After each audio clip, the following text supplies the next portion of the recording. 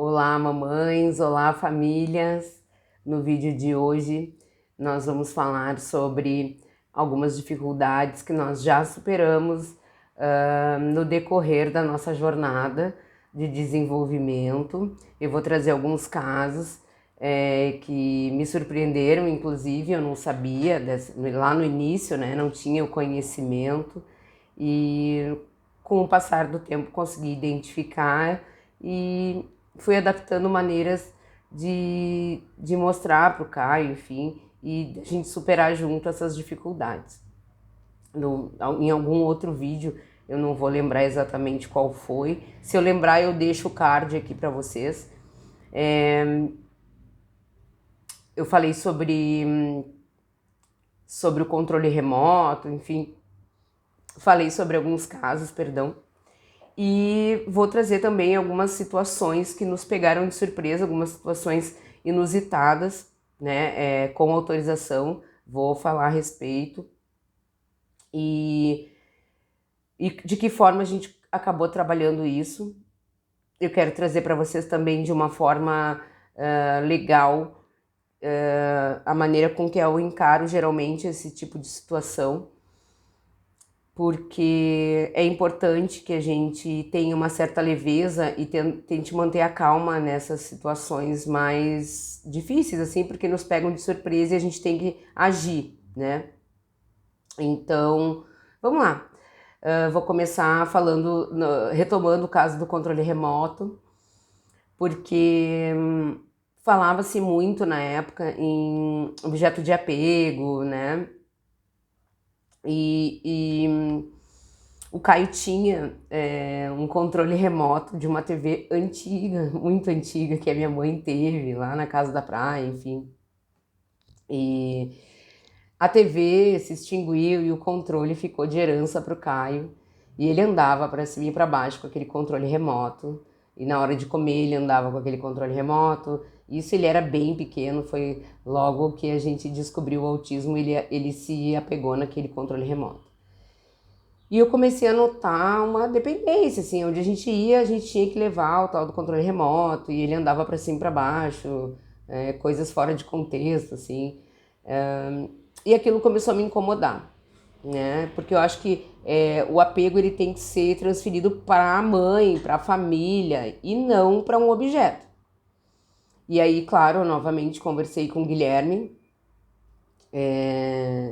né, identificando essa dificuldade aí do Caio. E aí fui aconselhada por ele que a gente fosse desapegando, né, aos poucos desse controle remoto. Então, deixava ele, fui desmamando, digamos assim, a questão do controle remoto. Então, deixava ele um tempo em casa brincando com outras coisas, mostrava outros brinquedos, apresentava outras atividades, até que ele foi desapegando daquele controle remoto. Ele até dormia no início com o controle remoto, e eu achei interessante reforçar esse comportamento. Isso aí foi bem naquela época da poda neural. Vou deixar o vídeo também linkado, acho que foi nesse vídeo que eu falei sobre isso, que a gente conseguiu extinguir ali o flapping e tirar essa questão do apego do controle remoto. Um belo dia eu fui tirando com o tempo, né? E um belo dia eu extingui isso, dei sumiço no controle remoto e ele nunca mais apareceu. E o Caio vive muito bem sem o controle remoto. Ele tem algumas figuras assim que são de preferência dele hoje, mas eu não deixo isso se tornar um objeto de apego. O apego dele é em pessoas, ele tem apego em mim, ele tem apego nas terapeutas, ele tem apego nos familiares, mas não em objetos. Eu acho que é uma forma, é a minha opinião, eu acho que é uma forma mais saudável de trazer isso para eles, né? Não sei se todos vão concordar, daqui a pouco a criança precisa de algum objeto, de algum bicho de pelúcia, de alguma coisa que traga esse aconchego. No meu caso, eu consegui tirar. Hoje ele tem os pinguins que ele ama de paixão. Eu comprei um pinguim de pelúcia para ele, e a nossa vizinha aqui, a Andrea, deu um outro pinguim de pelúcia. Então eu digo que eu vou passear com os meus netos gêmeos Logo que ele ganhou os pinguins, a gente andava bastante com os pinguins para cima e para baixo, até que a gente foi deixando os pinguins em casa, mais para a gente brincar quando estivesse em casa, né? E dessa forma a gente lida com essas questões do apego. Ele tem um dinossauro que foi a Gil que deu para ele, é uma mãe lá da clínica também. O dinossauro é imenso, imenso, então ele dorme com esse dinossauro. Acho que é importante a criança ter esse bichinho ali na hora de dormir, aconchego e tudo mais. Mas o dinossauro foi uma proposta do Caio mesmo deixar em casa para dormir. Ele vai lá, ele cobre o dinossauro com lençol, ele cobre com cobertor. Então, assim, ele coloca o dinossauro para dormir. Então é bem legal, assim, essa relação. Ele bem espelha o que eu faço com ele, com o dinossauro. Eu acho que é muito saudável. Mas é para esse momento, o momento do sono, né? Não fica o tempo todo grudado, 24 horas por dia, grudado no dinossauro. Então, queria retomar esse caso aí do controle remoto para trazer como experiência. Outro caso que a gente conseguiu superar, que me pegou de surpresa logo no início, porque eu fiquei muito assustada. O Caio não podia com retorno no carro, né? Eu fazia algum retorno e ele se desconcertava, assim, ele ficava nervoso, ele chorava. E foi os primeiros momentos foi bem difícil, mas enfim, eu comecei a explicar para ele que a gente iria para aquele lugar, mas a gente precisaria fazer um retorno, enfim, precisaria voltar, né, pelaquela via, fazer esse retorno, né?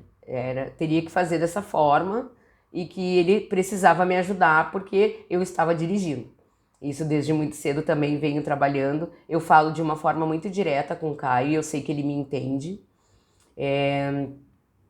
Eu não uso aquela linguagem infantil para falar com ele, né? Eu converso com ele, filho, a mamãe, confia na mamãe. Eu reforço muito essa questão da confiança. Confia na mamãe, nós vamos. Isso é uma coisa que eu também converso bastante na minha terapia. Eu faço terapia com a Laura, que é o meu anjo bom, que eu digo, eu ganhei a Laura de presente. E eu converso muito com ela sobre esse reforço da confiança, né?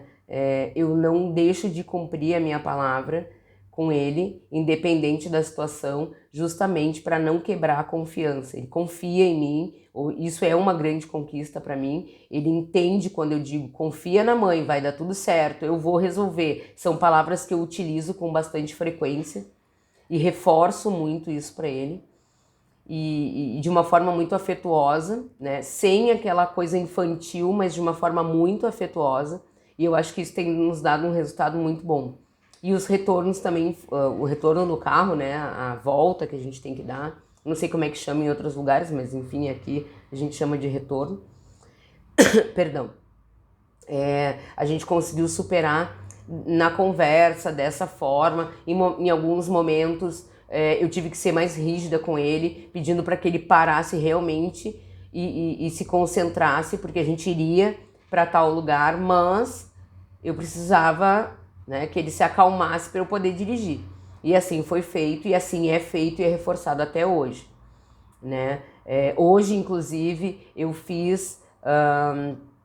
eu estava até em dúvida em que vídeo eu iria gravar primeiro, porque eu quero gravar muito o vídeo dos pré-requisitos. Acho que vai ser um vídeo bem importante e de grande ajuda, me ajudou muito, eu espero que ajude também a todos vocês, ou alguns de vocês. Mas eu decidi fazer esse vídeo falando sobre essas dificuldades que a gente superou, porque hoje, inclusive, a gente estava indo para a clínica e houve um acidente no roteiro ali que geralmente a gente faz. Eu mudo bastante a rota, mas enfim, procuro pegar a rota mais rápida, né? E nessa rota mais rápida ocorreu um acidente e aí eu peguei um caminho alternativo e num primeiro momento ele segurou na cadeirinha e falou assim, mamãe. E aí eu disse, calma, confia na mãe, vai dar tudo certo e a gente vai na Deinha. A gente vai fazer outro caminho. Curte o caminho, ainda falei pra ele. Curte o caminho. E ele veio bem faceiro, olhando na janela esse caminho diferente que ele não tá... Ele já passou por esses lugares, mas ele não tá acostumado a passar diariamente por esses lugares. E ele foi bem tranquilo. E nós chegamos na clínica, quando a gente entrou na rua da clínica, ele bateu palma, falou ê. Então, assim, isso também é um reforço, na minha opinião, porque eu cumpri com a minha palavra, a gente estava indo realmente para lá. Eu não minto e não acho que ele vai esquecer. Então, tudo que eu prometo para ele, que eu digo que eu vou fazer, eu faço. Um outro exemplo que aconteceu hoje, que em Porto Alegre tá um calorão, acho que quase todo o Brasil tá assim. E eu disse pra ele assim, tá, vamos lá, cara, almoça bonitão aí, eu falo com ele dessa forma, né? Almoça bonitão aí, come tudo, papá. Ainda às vezes falo papá o que é errado, já deveria estar falando o almoço, a comida e tal, mas de vez em quando a gente dá umas escorregadas, né? Come todo o papá bem bonitão aí, porque depois eu vou te dar um picolé. E ele cumpriu com a parte dele. Claro que ele comeu bem devagar. A gente estava ali estourando no horário. Mas enfim, a minha opção foi por atrasar 10 minutos a ida para a escola e cumprir com a minha palavra com ele, né?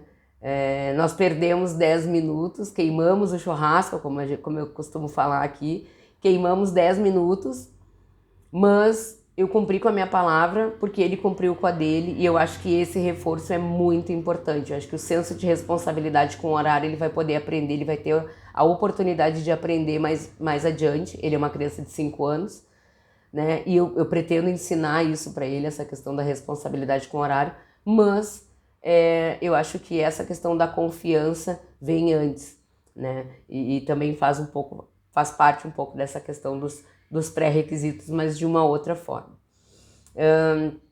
Então eu procuro sempre reforçar isso dessa forma, né? Dos caminhos diferentes, dele confiar em mim, porque a gente vai para onde eu disse que a gente iria, né? Enfim, eu tô sempre reforçando e sempre conversando muito com ele com relação a isso. Ele sempre é informado para onde a gente vai, enfim, dia da semana, ou eu aviso na noite anterior, ó, agora a gente vai dormir, vamos rezar pro Papai do Céu, vamos dormir, porque amanhã tem Andréia, amanhã tem a Deinha, vamos lá. Então, isso tudo eu já vou avisando e foi... quando eu adotei essa questão de antecipar, né, eles chamam a antecipação, foi muito mais tranquilo, né, o manejo com o Caio depois que eu passei a informar ele, a antecipar para ele o que nós iríamos fazer. Então hoje eu utilizo essas duas formas de antecipação e quando é algo que nos pega de surpresa, eu procuro explicar para ele mesmo, né, tendo que fazer uma manobra no trânsito, enfim, e dizer, ó, calma que a gente vai por outro caminho, mas a gente vai para o mesmo lugar. Então o reforço verbal sempre vem, né? Outra dificuldade que, graças a Deus, foi superada é a questão do corte de cabelo. Nós tínhamos uma dificuldade muito grande com relação ao corte de cabelo. A primeira vez que ele cortou foi bem tranquilo, assim, ele era bem pequeno, mas os demais cortes foram experiências bem difíceis, traumáticas tanto para ele quanto para mim. A pessoa que cortava o cabelo do Caio é um cara muito legal, enfim, a barbearia meu pai frequentava, né? É uma pessoa extremamente pacienciosa, super compreensiva, ele deixava um tempo de 1 hora ali para atender o Caio, então não era uma questão do profissional que atendia. O Caio no início gostava bastante de entrar na barbearia, tem brinquedos tipo cubo mágico e tinha um aquário, o Caio via ali os peixes, não sei se eu posso falar, mas enfim, o rapaz que cortava o cabelo dele na época oferecia para ele dar comida para os peixes, o atendimento sempre foi maravilhoso, mas é uma questão sensorial, né? E de que forma que a gente foi... O Caio ficou um ano sem cortar o cabelo. Nem ele se aguentava mais, né? Porque o cabelo fica imenso, começa a pegar no olho, começa a incomodar, enfim. Foi trabalhado com a TO, com as massinhas de modelar, aqueles bichinhos que cresce a massinha e corta o cabelo. A gente foi trabalhando de inúmeras maneiras esse corte de cabelo, né? Mostrando outras pessoas cortando o cabelo, enfim, e nada resolvia. Até que houve uma proposta lá da clínica onde o Caio frequenta. O Fabrício é um psicomotricista de lá e ele se interessou, assim, né? Muitas mães passam por isso enfim, ele acabou se interessando por essa questão. Trouxe uma pessoa que corta cabelo, né, que tem essa profissão, é barbeiro. E nós fizemos uma primeira experiência lá na clínica, que é um ambiente que é familiar a eles, né?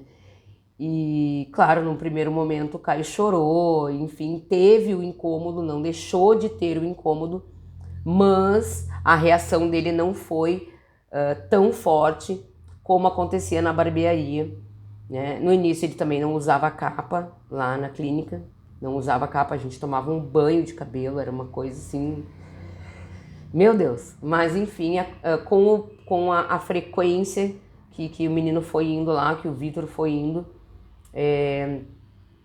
cortar o cabelo deles, então o Fabrício monta um grupo ali, um esquema de grupo ali, para aquelas pessoas, né? Ó, dessa vez o Caio cortou, o fulano cortou, o Beltrano cortou, então esse grupinho aí mês que vem corta tal data. E isso para nós foi assim maravilhoso, maravilhoso.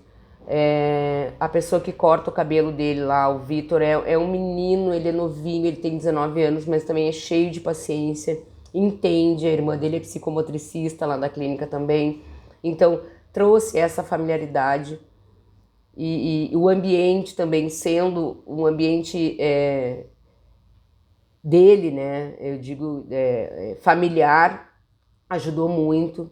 Eu sou muito grata pela iniciativa tanto do Fabrício, pela autorização da Beth, que é a dona da clínica, pela disponibilidade do Vitor também. Não posso deixar de falar, porque eu acho que quando a gente tem coisas boas, a gente tem a obrigação de falar e agradecer e incentivar outras pessoas, outras clínicas a fazer da mesma forma. O corte de cabelo melhorou muito. No último corte, o Caio cortou com capa, sem uma lágrima e ainda comendo as frutas dele pós-natação. E foi, assim, uma experiência maravilhosa.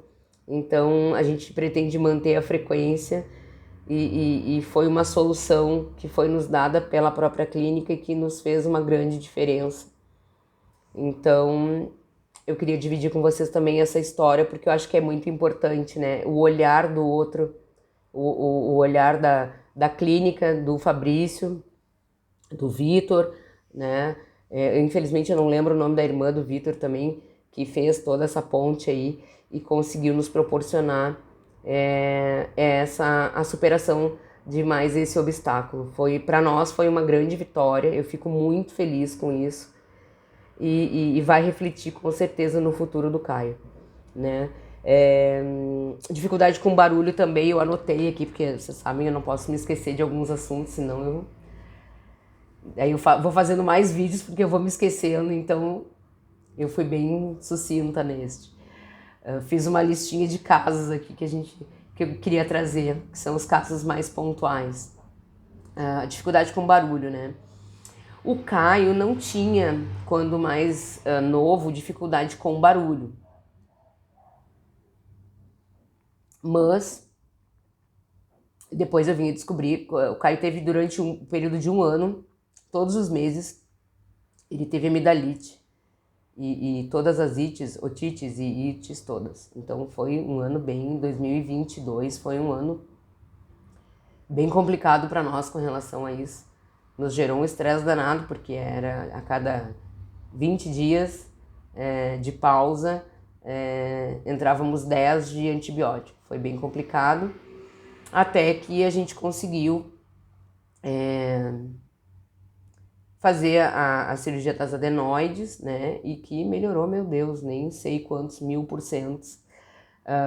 Resolveu o problema, o Caio nunca mais teve nada. Enfim, posso contar também, quero resumir isso para não alongar demais, mas em outro vídeo posso contar a respeito. Foi uma experiência que me deixou bem apreensiva no momento, né? Porque o Caio tinha 3 anos e levar o filho para a sala de cirurgia não é fichinha, né? Mas enfim, deu tudo certo, a médica é maravilhosa. Eu não vou lembrar de cabeça também o nome dela, mas foi um dos anjos que chegaram na nossa vida e nos ajudaram a superar uma questão. Mas aí o que eu descobri no pós-cirúrgico, né? Que não é que o Caio não tinha sensibilidade com o barulho, ele simplesmente ouvia tudo numa potência mais baixa, em função de tudo isso que ficava trancado, em função das adenoides, e aí ia trancando todo o canal, enfim, e aí acabava atingindo o ouvido, então ele ouvia numa frequência mais baixa. Então não é que ele não tinha sensibilidade auditiva, é que realmente tinha algo que trancava aí. No pós-cirúrgico já, a gente começou a notar que ele se incomodava com alguns barulhos, né? E aí eu comecei a tentar desensibilizar essa questão dos barulhos. Então, barulho de furadeira, barulho de obra, barulho de tudo, né? No início ele se incomodava e acabava colocando a mão no ouvido. E aí eu comecei a explicar para ele, eu uso muito a fala, a conversa e justamente essa troca e essa confiança, né?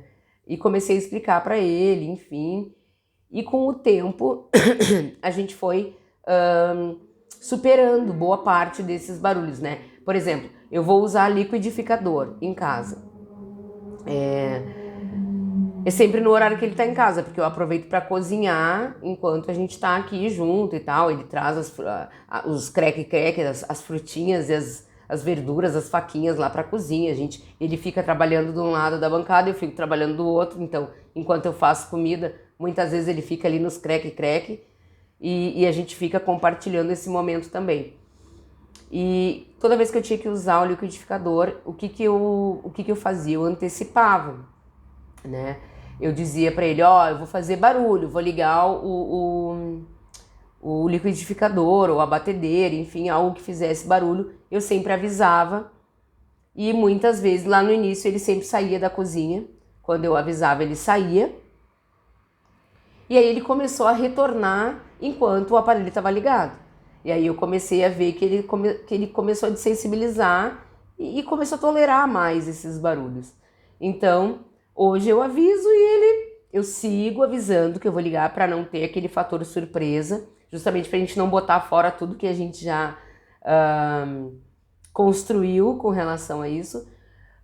Mas hoje ele fica ciente de que eu vou fazer barulho e ele se mantém na cozinha junto comigo. Então foi um outro caso que eu achei muito legal, que a gente conseguiu desensibilizar. Vou trazer para vocês também a história da casa de festas. A gente foi em alguns aniversários em casa de festa e aí o Caio se sente sim incomodado, né?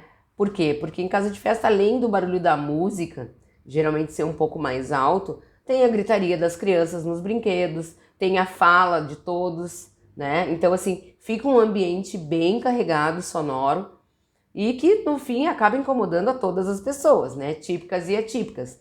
O meu pai usava uma expressão, que agora eu não vou lembrar, mas era como se, meu Deus, fiquei atordoado. Ele dizia assim, fiquei atordoado, porque é muito barulho, né? Então, assim, eu às vezes saio desses ambientes atordoado e imagino que para ele, né, essa questão deve ser maior ainda. Mas eu não uso o abafador, né? A gente foi numa festa em que o Caio passou o tempo todo da festa assim. Só que ele não ficou parado, ele não ficou num canto. Ele descia do escorregador assim, ele subia no escorregador assim, ele comia assim, ele brincava, dava risada e se divertia assim, né? Então, assim, ele estava me mostrando que ele estava sentindo um incômodo, mas aquilo não gerava um sofrimento para ele, porque ele não deixava de fazer as coisas. Bem pelo contrário, ele continuava brincando, ele continuava comendo, ele continuava correndo, né? Então, me mostrou que ele conseguia superar aquele incômodo, né? E assim, 90% das pessoas da festa me perguntaram ou me deram a ideia de usar o abafador. E isso é super normal, porque as pessoas elas se preocupam com o bem-estar da criança, né? E isso é bacana. As pessoas querem acolher. Então, assim, eu super entendo que essas abordagens e essas informações vieram no sentido de acolhimento e não de crítica, né? E aí, para todas essas pessoas, eu falei da mesma maneira, porque como não gerava sofrimento, e a prova de não gerar sofrimento é que ele não estava parado num canto desesperado com as mãos, né, na orelha, nos ouvidos. Ele estava simplesmente brincando, pulando, subindo, descendo o escorregador, comendo, enfim, interagindo na festa toda, sentindo esse incômodo, me mostrando, né, que ele estava incomodado com alguma coisa. E eu expliquei para essas pessoas que o intuito é desensibilizar, né? Se ele tivesse em sofrimento, teria sim motivo para a gente utilizar o abafador, porque, mais uma vez, também já falei isso em outro vídeo, o abafador, o que ele traz? Conforto, né? Mas ele vai precisar usar o abafador para o resto da vida? Não, se ele for desensibilizando, ele não vai precisar usar o resto da vida. Mas ele precisa entrar nesse processo de desensibilização. Então, de que forma é feito isso? Ele vai ter que passar pelo incômodo de alguma forma, em algum momento, para esse incômodo poder ficar cada vez mais leve, até o momento que ele não vai mais dar bola para esse incômodo, que é o que acontece com a gente. Então, eu fui explicando e tal, e as pessoas foram entendendo e tal, e concordando, enfim, ou não concordando também, não vem ao caso. Mas hoje, por exemplo, quando que o Caio utiliza a mão no ouvido? Ou quando a professora vai me contar algo que ele não quer que ela me conte, e aí ele bota as mãos nos ouvidos. Ou quando as terapeutas vão me contar algo que ele não quer que elas me contem.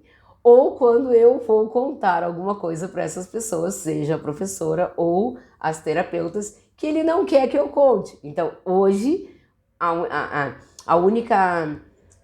o único momento que ele utiliza esse incômodo é o não quero ouvir o que tu vai dizer, então não é para falar, né? Então a gente conseguiu desensibilizar de uma forma bem natural, bem legal. Claro que no nosso caso não havia um sofrimento, né? Eu entendo que as crianças que têm um sofrimento, que elas realmente se incomodam demais com esse barulho, enfim, com barulhos estridentes, com música alta, que isso tem que ser feito de uma forma muito leve, muito gradativa, né? A gente fez de forma gradativa, mas eu não dei a opção de colocar o abafador. Eu entendi que seria, no nosso caso, seria como regredir para depois progredir, né? Então eu optei por não utilizar e ele aceitou muito bem. Nós moramos em um condomínio, né? Os apartamentos aqui em volta fazem obra, fazem reforma. Nós já fizemos obra e já fizemos reforma também. E ele, no início, ele trava e eu explico, ó, isso é uma furadeira, né? Aí eu vou lá nos brinquedos, ele tem a furadeira lá dele nos brinquedos, mostro pra ele o que é a furadeira, pra ele relembrar. Hoje não precisa mais. Ó, isso é barulho de martelo. Vou lá, pego o martelo, agora ele vai lá e pega sozinho o martelo e martela as paredes quando tem barulho de martelo. Então, assim, tudo é na base da explicação. Então, essa coisa de, não entende. Entende. Alguma coisa ele entende, né? E assim, tu vai refinando esse entendimento, tu vai explicando e ele vai entendendo. e ele te mostra que ele está entendendo. É recíproco a fala também. Hoje, quando ele me fala alguma coisa e eu entendo de imediato, isso gera uma felicidade para ele, gera uma recompensa emocional para ele e aí a gente comemora. Então, assim, isso tudo também eu trago de novo a questão do afeto, né? Tudo que é feito com afeto e de forma gradativa traz resultado, é possível. Eu sou muito contra essa coisa de é autista, não faz. Não é porque ele é autista que ele não faz. É porque ele não tem a oportunidade de ser testado, de ser colocado à prova, de passar por aquilo ali, pelaquela experiência.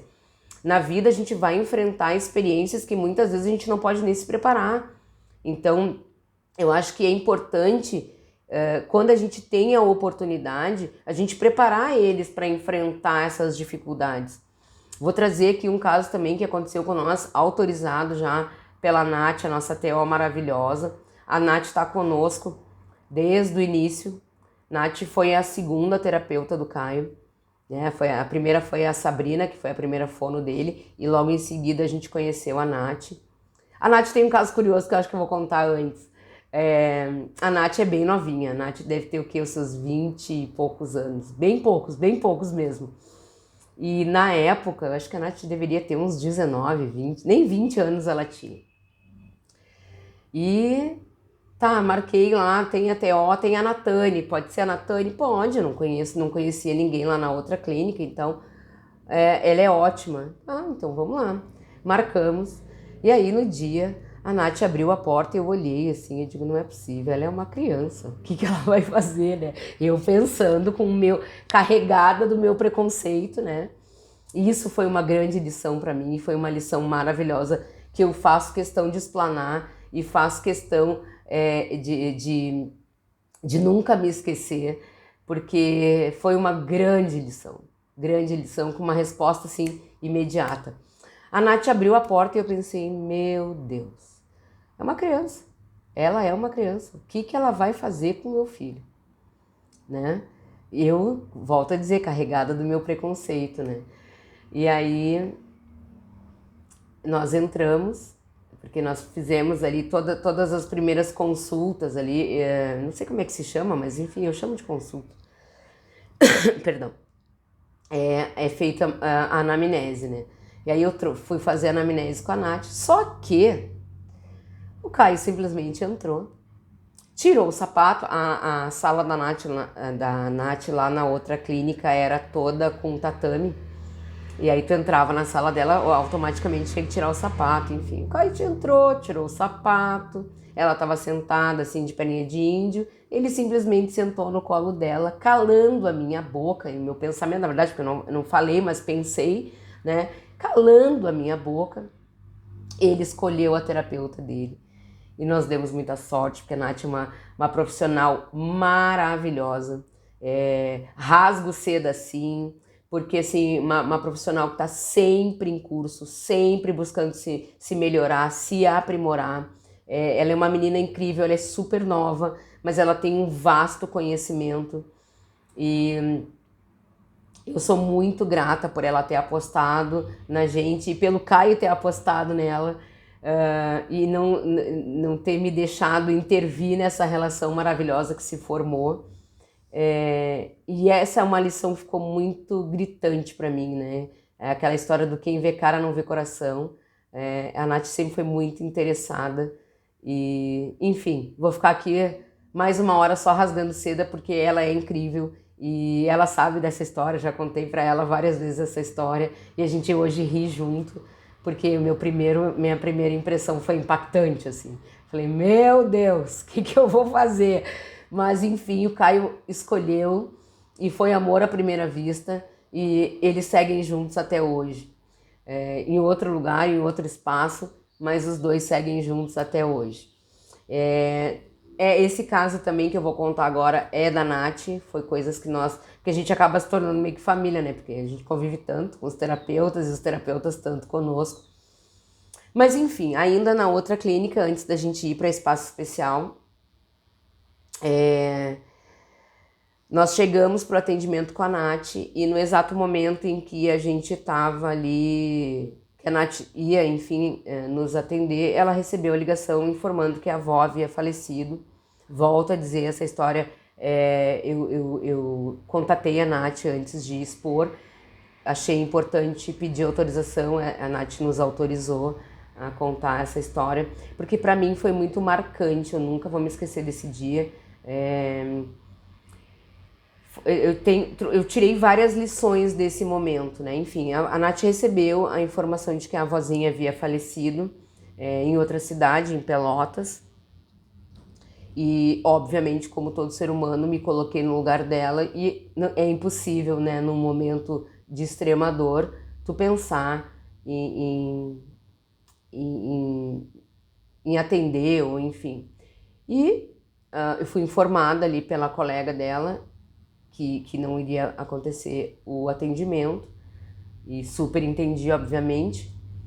E aí nós fomos embora e o Caio ficou bem frustrado, né? Chorou porque ele não estava entendendo porque que ele não ia. Ele estava lá, estava esperando, por que ele não ia entrar? E foi a primeira vez que eu me deparei com uma situação dessa. E aí eu conversei e expliquei, disse pra ele, ó, Nath ficou dodói do coração, Nath tá dodói do coração e hoje ela não vai poder te ver, mas no outro dia ela vai te ver. A gente vai voltar aqui outro dia, e eu fazia muito com a mão assim, outro dia, em outro momento, nós vamos voltar aqui e vamos ver a Nath. Combinado? Confia na mamãe. E aí eu reforcei essa questão da confiança e expliquei para ele dessa forma, ele foi se acalmando. E isso foi muito bom. Gente, claro, obviamente eu não tô falando da situação do falecimento da avó, tô falando desse primeiro impacto que eu recebi em ter que remediar e intervir numa situação inesperada. Por quê? Porque me fez refletir. Porque na vida todos nós estamos expostos, né, a todo momento a passar por situações como essa. Tem também a questão da piscina lá, depois eu vou contar também essas outras questões que aconteceram. Mas eu saí de lá pensando na oportunidade que eu tive de mostrar para o Caio que coisas acontecem que fogem do nosso controle, mesmo ele sendo bem pequeno ainda, que fogem do nosso controle, mas que a gente precisa contornar e resolver. E isso, naquela época, naquele momento, nessa situação da avó, foi uma lição para mim. Claro, eu tive que transmitir isso para o Caio, mas isso para mim foi valioso, porque eu também entendi que, mesmo antecipando as coisas para o Caio, tem situações que a gente que eu não vou conseguir antecipar, porque elas acontecem de imediato.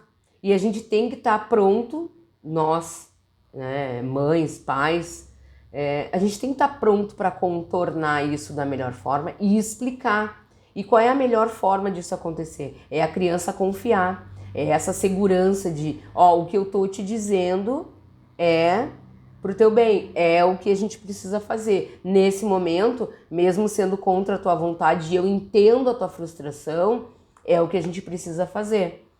Então, eu tenho essa situação da avó, claro, de uma forma muito delicada, mas assim, para mim foi de uma lição imensa, porque eu tive a oportunidade de compreender aquilo que eu precisava também me preparar para ensinar para o Caio, e foi de grande valia. Outra situação também que tem a ver com essa questão do acontecer assim de forma inesperada, inusitada, foi a questão da piscina. O Caio faz natação com a prof. Roberta lá na clínica também. E, enfim, nesses dias mais frios e congelantes aqui em Porto Alegre, que quando é frio mesmo, teve um dia em que a piscina ficou aquecida, mas não a ponto dela poder dar aula para eles, né? Porque, enfim, até os equipamentos passam por essa situação, né? De não conseguir dar conta do frio. E realmente era um dia muito frio e úmido. E a gente estava pronto para ir para natação.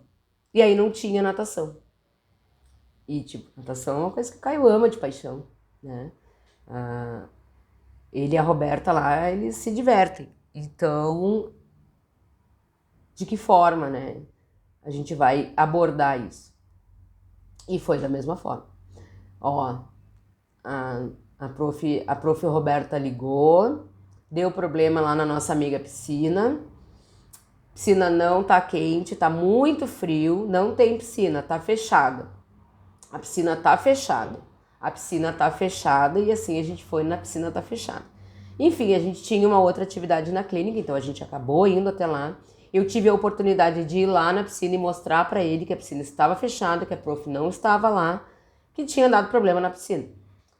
Claro que ele ficou chateado, mas a reação dele foi muito tranquila com relação a isso.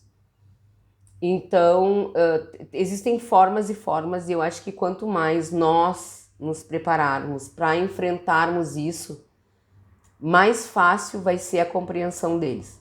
Acho que esse vínculo, a questão do afeto e do vínculo é muito importante, principalmente em todo momento, mas principalmente nessas horas em que a gente precisa de uma forma muito rápida reagir, intervir a algumas circunstâncias que fogem do controle de todas as pessoas, né? Não é uma questão minha, uma questão da terapeuta, uma questão... Não, foge do controle de todos. Então eu acho que essa é uma das lições que ficou também muito... que eu costumo pensar e refletir muito sobre, para que a gente possa passar para eles de uma forma mais tranquila e que eles consigam superar essas dificuldades também. E a gente tem grandes vitórias aí nesse decorrer dessa jornada e tenho certeza que a gente vai ter cada vez mais superações, vitórias. Vou trazendo para vocês em outros vídeos também essas questões. Eu busco sempre, cada dificuldade que eu tenho com o Caio, eu busco ver de uma forma positiva, né? Ah, mas tu vê tudo de uma forma positiva, vive no fantástico mundo de Bob. Não, eu não vivo no fantástico mundo de Bob. A minha vida não é fácil, assim como a vida de ninguém é. De mães típicas, de mães atípicas, de mãe solo, de mães com marido, de mães com não sei quem, de mães com isso, de mães com aquilo.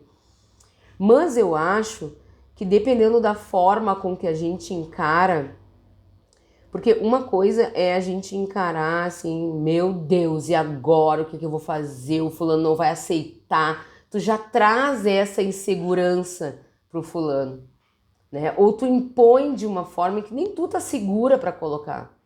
E quando tu encara aquilo ali como uma oportunidade de trabalhar com o fulano, aquela frustração, tu consegue te sair melhor, te torna uma pessoa mais segura com relação ao teu filho, tu passa essa segurança para ele. A coisa mais horrível que tem é alguém te passar uma informação inseguro.